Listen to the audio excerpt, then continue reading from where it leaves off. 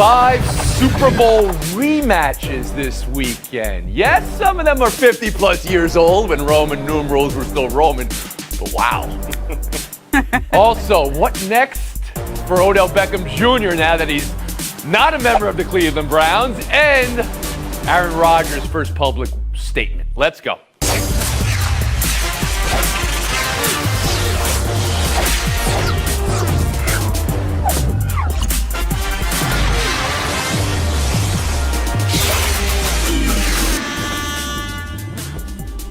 I realize I'm in the crosshairs of the woke mob right now, so before my final nail gets put in my cancel culture casket, I think I'd like to set the record straight on so many of the blatant lies that are out there about myself right now.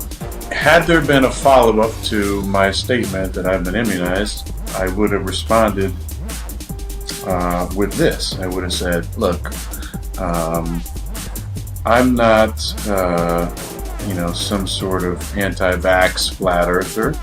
I am somebody who's a critical thinker. I put a lot of time and energy and research and met with a lot of different people in the medical field to get the most information about the vaccines before making a decision. It was simply the fact that I have an allergy to an ingredient that's in the mRNA vaccines.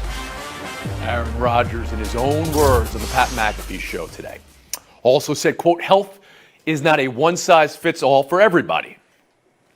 National panel, many were asking Rodgers to speak publicly on this. How did you hear him today, Israel Gutierrez?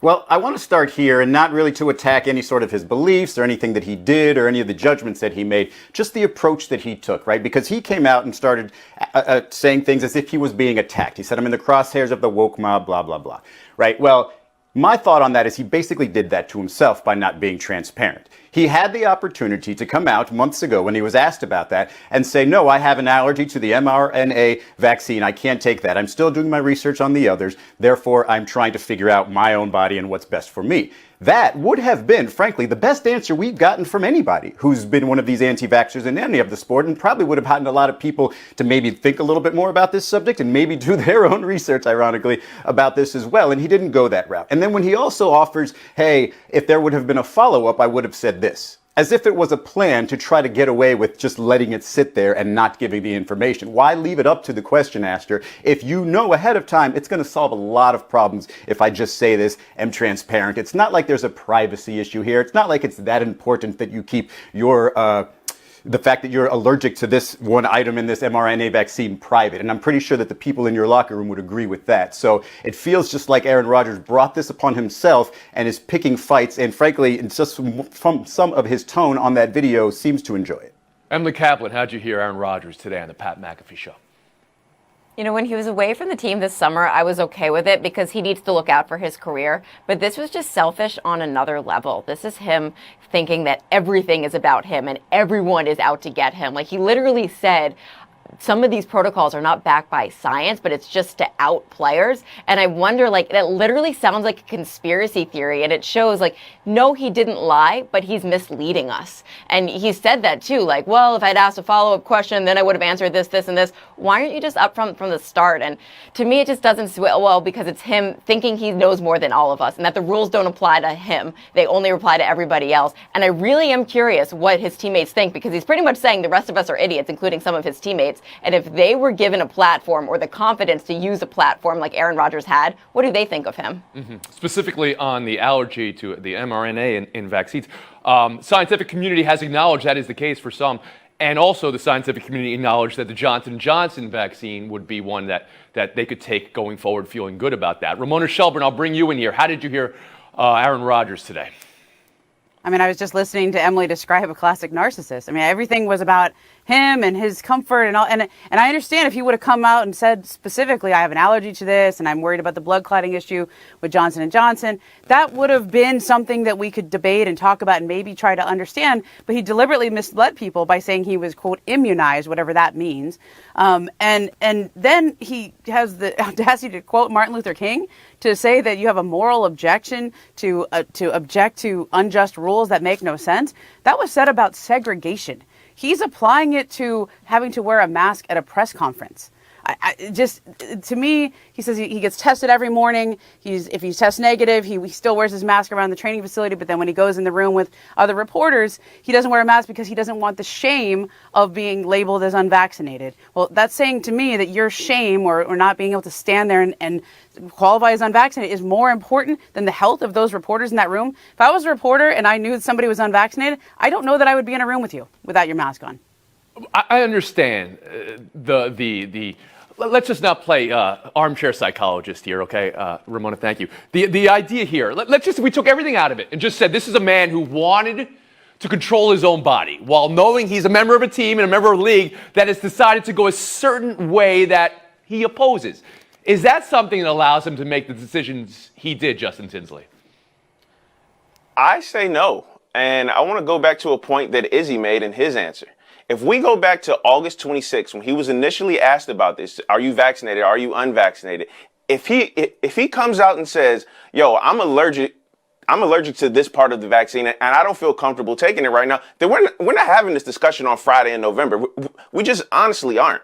And it just baffles me, man. It really baffles me. He's so good at turning the table because now it's our fault for not asking the follow-up question. You knew what vaccine we were talking about. We're not talking about measles. We're not talking about polio. We're talking about the coronavirus. You knew exactly what we were talking about. And there was a part of his monologue that I want to bring up. He said something about how if you have vaccines, why are people still getting sick and why are people dying from it? Look, bro. It's called a vaccine for a reason. If the vaccine was a cure, it would be called a cure. And it just amazes me how people worship misinformation these days. And that's what I was really upset about. He says he didn't lie, but can you understand a reason why he went about it the way he did, Israel Gutierrez?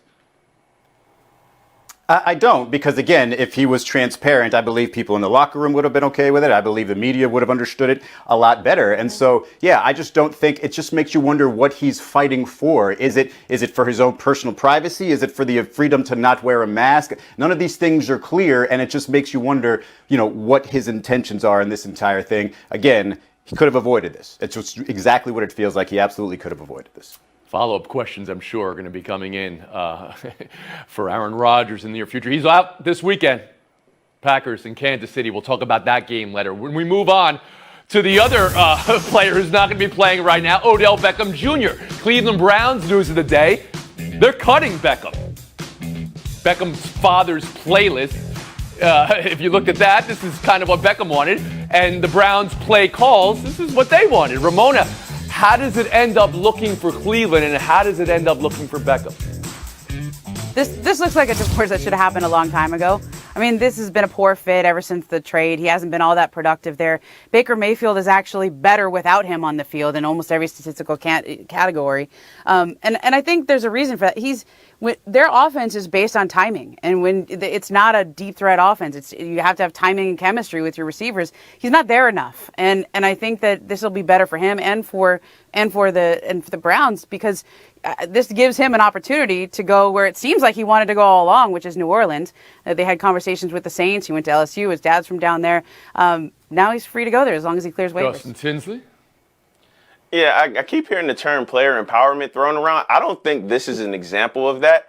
I think this is a situation where divorce wasn't just the best option. It was the only option, man. Like I said yesterday on the show, this is the worst superstar trade in recent memory for all sides. This dude came to Cleveland, a bona fide superstar in the league, and now he leaves with the sense of uncertainty around him. We don't know what this guy has. And also, happy 29th birthday, Odell. Today's his birthday of all dates, But I want to say this. When we talk about teams, and with all due respect to the tragedy that happened this week, I think he would fit best in Las Vegas with Derek Carr on the Raiders. Like that is a pass-first offense, whereas Cleveland is more so run-first with that two-headed monster. So I would like to see him in Vegas. Again, all due respect to the tragedy that happened this week. Well, I appreciate you saying that and the conversation we had before we went to air, which we'll put on the internet as well. Israel Gutierrez, bring you in. Yeah, I do think there's a sense of player empowerment here in this respect, right? A lot of people are wondering, well, maybe Odell doesn't still have it. And while everybody else is just comfortable saying, okay, well, let's just wait till next year. Maybe he'll end up on another team and we'll see if he still has it. Well, that's a wasted time for Odell. He's been there for 2.5 seasons or however long it's been. And now whatever part of this season that's remaining for him, if he can then find out for himself, is it the team? Is it me? I think that's pretty important for him going forward. And so, yeah, this guy's career is at stake. And you know, everybody's okay with just saying, oh, well, maybe he's not that good. Maybe they don't need to get him the ball as much. Well, he needs to do what's best for him as well. So I think this, and the way they sort of condensed this into just like right before the All-Star, the trade deadline and right after the trade deadline, didn't seem like it's just creating that many waves throughout the organization because, frankly, they've been better without him. And Emily Kaplan. It's not a player empowerment movement. It's a empowering movement for helicopter dads, because literally the inflection point of when he left is when his dad posted that video of Baker Mayfield missing him again and again. Anyone who knows me knows that I have long been the biggest Odell Beckham apologist. After his rookie season, I went to the Giants facility, I interviewed him, and we had a really great conversation where I felt like I understood the guy, that he was misunderstood. Always defended him, always drafted him on my fantasy team. And now I'm looking back and I'm like, that was 6 years ago, and maybe we just need to call it for what he is. This guy who's supremely talented, injury prone, but maybe one of the biggest what ifs in NFL history. And it's not just because of one thing, it's just because there's always something around this guy. And it was very sad for me this week, but I had to drop him to waivers. Do you know how many 100-yard games Odell Beckham had in Cleveland? Two, yes, that's exactly right. I mean, he had that in half of his rookie year. 8 touchdowns is all he had. Is there a market for him, Israel? I think so. I mean, I think there's a few teams that could fit well. I like Baltimore. I mean, I just think you have Hollywood Brown with the long routes, and you can maybe keep Odell Beckham with the short intermediate stuff, and you've obviously got the electric quarterback. You almost said Doc Brown. I almost made him. Yeah, I almost made him a childhood movie star. Yeah.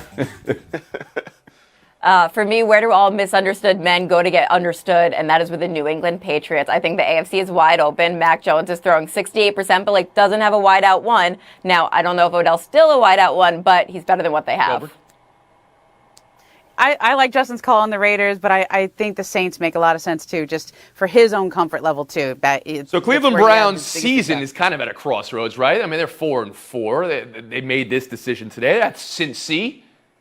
Cincy's defense last week was shredded by Justin Tinsley, White Mike. Yes. What's on Baker Mayfield this weekend?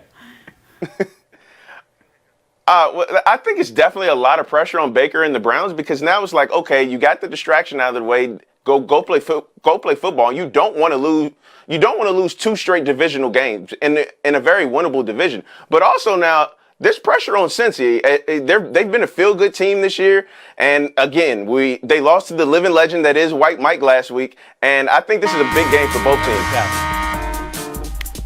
Yeah, for me, this is way more about Joe Burrow, because the Bengals were everyone's sexy team. There is nothing less sexy than losing to the Jets and Browns in back-to-back weeks. So you're going to break all these franchise records, but you got to beat the Browns. Buy or sell, and the rest of the schedule in this week's NFL season. Next.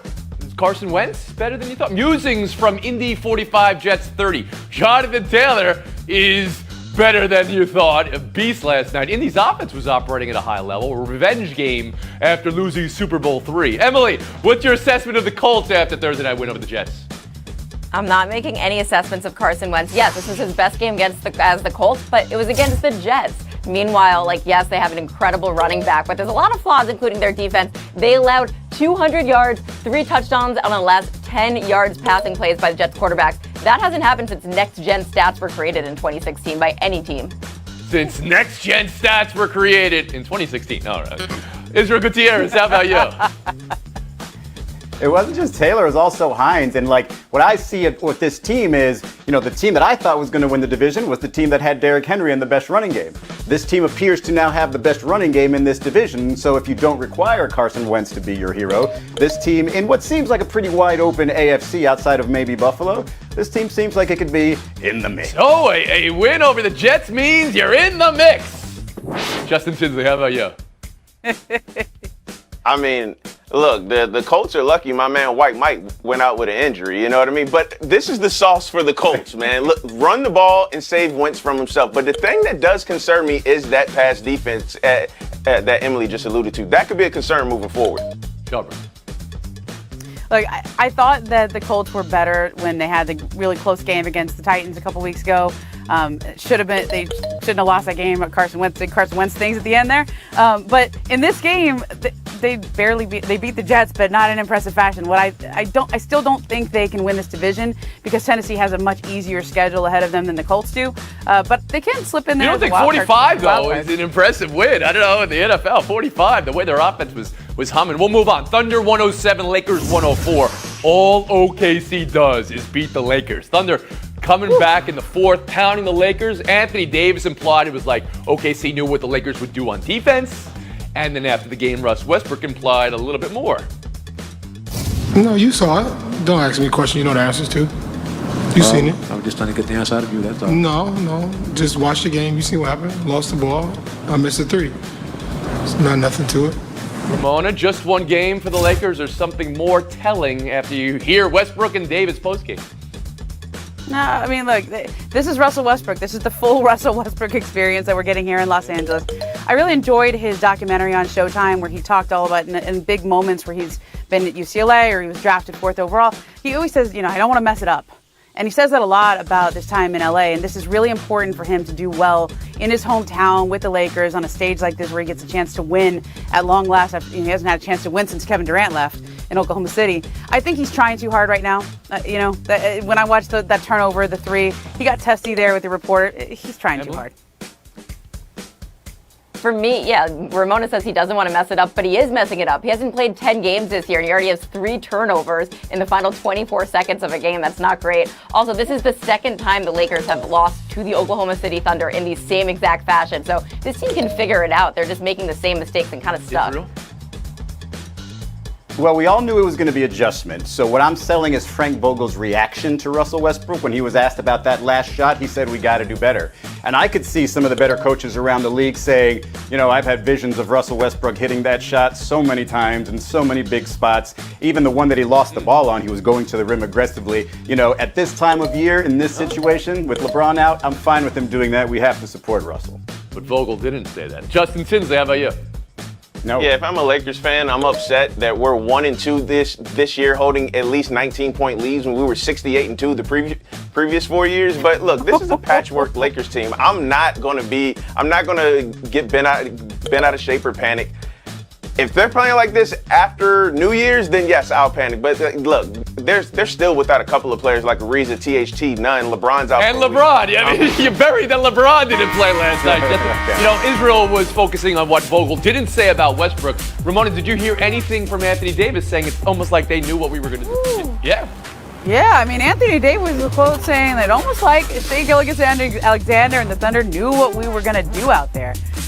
When I saw that, my eyes opened up real wide because I didn't know if that was a shot at his coach. I know what we're going to do out here. We're going to say goodbye to Emily Kaplan and Justin Tinsley. Thank them and have a nice weekend, guys. Israel Gutierrez, Ramona Shelburne. Showdown, 2 minutes. It's 3 games, but does anybody know what number 1 pick Cade Cunningham is shooting for the Pistons? 17%. That would be an all-time. Last night's 17. full line for Cade Cunningham, 18, 11, and 4. So that was a good thing. Ramona, you're focusing on the 17% or the double-double? I'm focusing on the 17%, but really the number behind the 17. He's taken 39 shots. He's still shooting. I like that. He's got confidence. Just keep shooting, kid. You'll be all right. He had 40% of his threes when he was at Oklahoma State. I'm taking the 50% that he shot from 3 in Summer League, okay, and saying that he didn't have a preseason and he had an ankle injury. And Kobe Bryant went scoreless in 11 games his rookie year. Not saying Cade Cunningham is Kobe Bryant. Well, you just said Cade Cunningham and Kobe Bryant in the same sentence. But okay, yeah, I'm following you. You both. Is that the same thing? Former major leaguer, new Nippon Ham fighter manager Kyoso Shinjo. He had an introductory press conference. This is how he rolled in. And during this press conference, he said he's absolutely not going to aspire to win the championship. If you have too high a goal, it might not work. Israel, great Shinjo's introductory press conference. A plus in terms of the fashion goals. He didn't need a microphone because I think that collar just amplifies his voice. And yeah, in terms of expectations, I'd rather be like the 69 Mets than I would be some team that's a favorite and just goes on to win a championship. So he's on to something. I want to focus on the collar because it's an amazing pop collar. He looks like Elvis out there.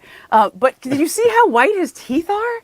Like, that is amazing. What are you saying about white teeth? Yes. Oh, it's beautiful. Look at those beautiful choppers up there.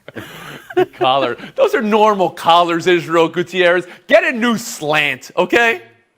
FaceTime, Israel Gutierrez. What? There it is. Pop the collar. Do this like this. And this is for the keep that same energy crowd. Yesterday there was a lot of people mocking the Boston Celtics for having a players-only meeting, for Marcus Smart calling them out for having their rebound game against the Magic, but they were about to go into red-hot Miami and get their butts handed to them. Nope. They held the Heat under 35% shooting, and it didn't matter that Jason Tatum and Jaylen Brown were both off. There's more than one way to handle a players-only meeting, and it doesn't have to be exactly what was said. You can do things, you can win with defense, you can handle things different ways. Celtics have done this absolutely perfectly after this players-only meeting. Congrats to them. See, kept the same energy. You can do things, Israel Gutierrez. Good. This is my favorite day of the year. We're on a 72.5-hour break. Daylight savings, fall back. Hey! It's about time.